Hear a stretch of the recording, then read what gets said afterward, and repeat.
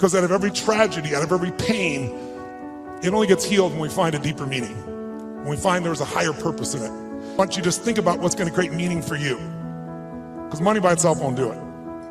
But impact will. And impact can be with your own child, spending more time with it. It doesn't have to be anything to do with contribution any other way. You can contribute to your own family. But contribution is what makes us feel fully alive. Because research shows when it comes to money, buying things will never make you happy. Never. Doesn't mean you shouldn't have some nice things. Have some nice things, I'm sure you do too. But it's not going to give you happiness. Buying experiences can make you happy, by the way. People who say money doesn't matter, they don't know where to shop. Because there's some experiences you can buy that are extraordinary. Who's got some experiences, some trips, some things you've done with family or friends that will live with you for years? Who knows what I'm talking about here, right? Those things, that money can be a really valuable tool there. If you can find enough add value and have money and do those experiences, how cool. I'll tell you what else money research shows will do. People always say money doesn't matter once you get to a certain level. No, it matters. You can spend $5 a month and have more emotional juice, and it can be measured all the way down into your saliva by hormonal changes. You want to use money, not let money use you. So another thing that'll do it is getting rid of drudgeries. Who here loves to pay for shit you don't want to do? Right? Cleaning the toilet. Who likes to have someone else be able to do that if at all possible, right? Because once you do that, those drudgeries are gone. What do you get to do? You have time. And with time, you can spend more time with your passions, the things that matter for you that you can do in the world, that share in the world. And the third thing that gives people the most enjoyment out of money, just so you know, is actually giving it away. And nobody believes that until you do it. Now, if you don't give a dime out of a dollar, you're not going to give 100 million out of a billion ever. Don't kid yourself. It's the place to start wherever we are. And if you do, I think you can find there's enormous enjoyment in that process. And I think you'll also find that if there's somebody you love, you do something for, it's even more. So that's why I'm here. And I want to now make sure in the time that you're here, let's kick this in gear and let's talk about 3 things that can truly change the quality of your life. Number 1, first of all, if you make new decisions about to focus on, try this just for a moment. Just for a second, take a deep breath in. Exhale and give it a moan. That was really pathetic. Let's try that again. Deep breath in, then make it a sexual moan and thoroughly enjoy it. That was much longer and deeper. I like that. That was good. One more time. Use deep breath in and give it a moan. Now, one of the things that I want to talk to you about here tonight, this afternoon, is really simple. And that is, everyone here is in business, and there's a problem that all businesses have. We're in the most competitive environment we've ever been in. We went from, 500 million people being online to a couple billion people being online. And in the next 4 years, they're saying we're going to have 3 billion more online. That means this entire world is a bigger market. If you're the person that adds more value, it also means you're going to have more competitors than you've ever seen in your life. How many think the economic world that we're in today is going to stay the way it is? Raise your hand. Okay, one man on drugs, there's always one. How many think that the economic environment's going to go through seasons? We're going to have some more ups and downs as we adjust to what's happening in the world here. Say aye. Well, then if we know that, our goal, you and I as leaders, should be to anticipate that. In fact, everyone in this room is a leader of something, whether you're the leader of the company or whether you're a leader of a department, whether you're a parent or hopefully you're a leader and not a follower. If you're a leader, you've got to exercise that skill. And so I want to talk to you about that and one of the most important skills of that. But most people don't exercise that leadership because they're dropping behind in their skill sets. And I'll give you an example of what I mean. How many of you in this room, I want an honest answer. I'd like you to yell the answer, raise your hand if you would, please. How many of you in this room have ever experienced the absolute total humiliation of playing a video game against a child? What happens when you play the child? Who always wins?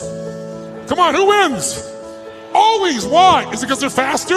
Is it they're smarter? They're younger? Their neurons are functioning at a quicker tempo? Here's how it usually works.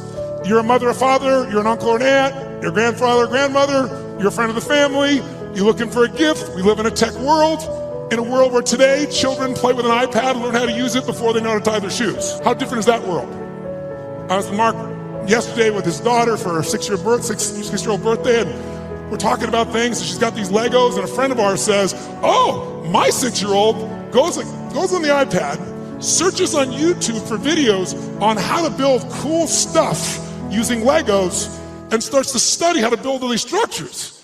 That's the world we're in, that our kids are in at 6 years old. And imagine what else they're searching for and finding at 6 years old.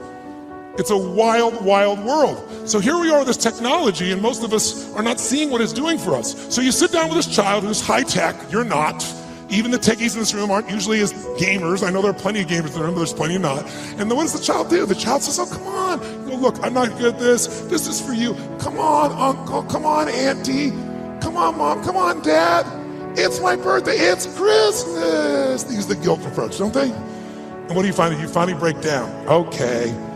Now you should know you're being set up when they go, you go first. And they go, look, it's really simple. You just shoot. You just shoot these guys and it all drops down. And you think, okay, I want to show this little bastard I can do a thing or two here, right?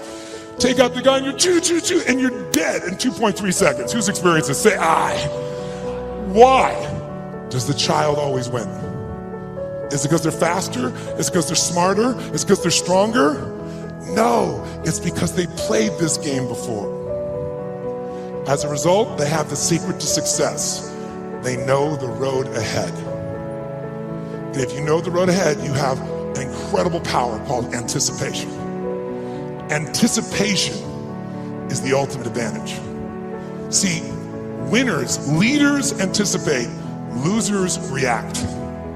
The reason you get beat is you don't know where things are happening, so you're reacting. Reaction is always stressful. And yet so much of our life is predictable if we just were to study it, not be caught up in our day-to-day.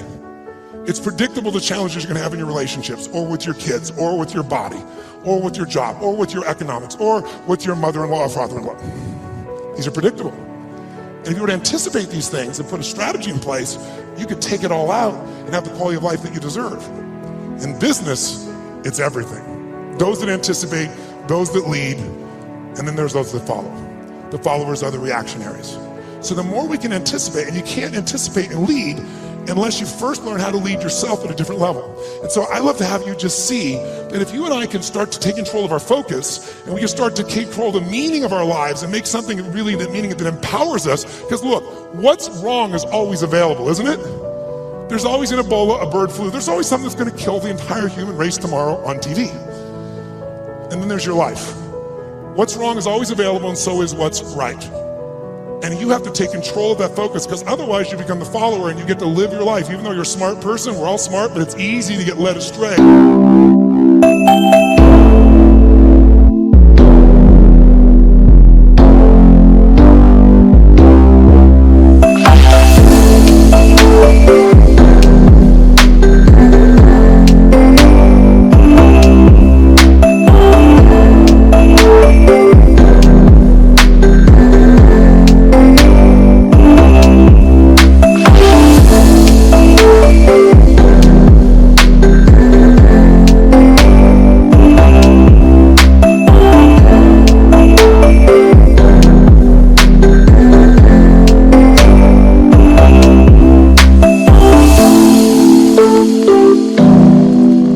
Everybody else's focus, isn't it?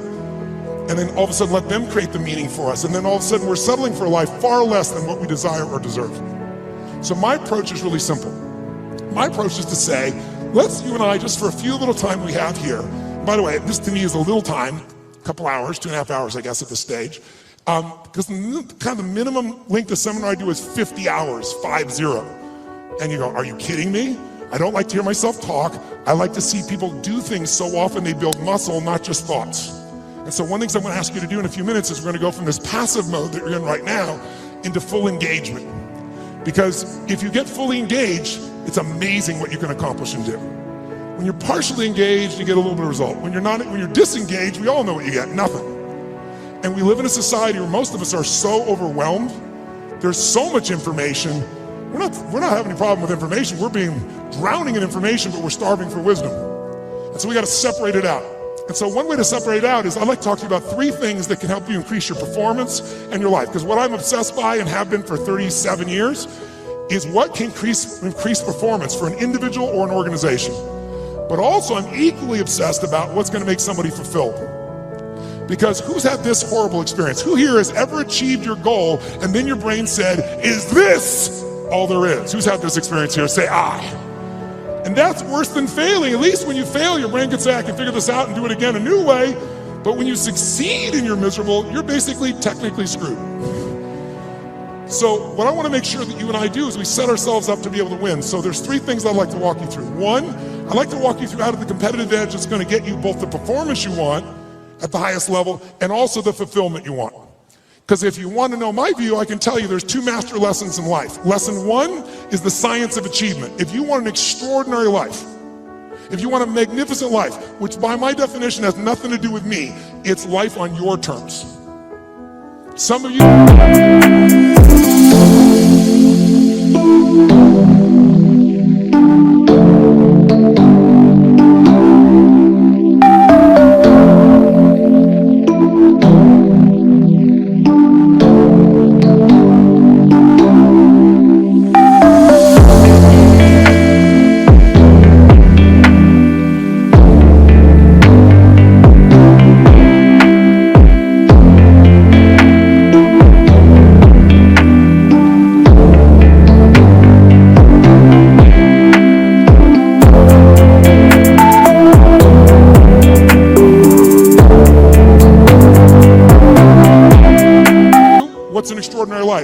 it's having cool little company. For some of you, it's having a big billion-dollar company. For some of you, it's not a company, it's 3 wonderful children that you totally love and adore and spend time with. For some of you, it's poetry.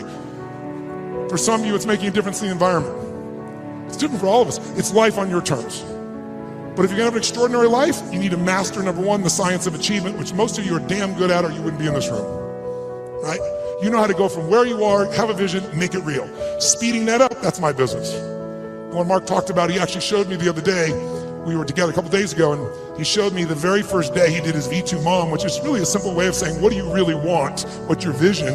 Your values is, why do you want it? And walking through the obstacles and the solutions, strategies to get where you want to go.